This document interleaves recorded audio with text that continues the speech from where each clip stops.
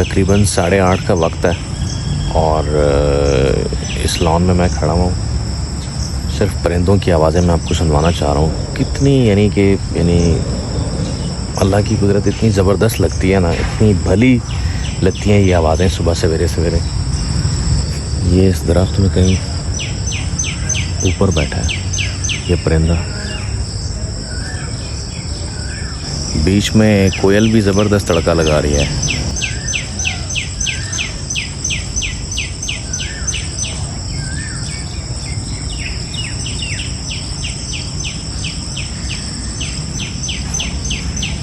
बहुत मज़ा आता है ना।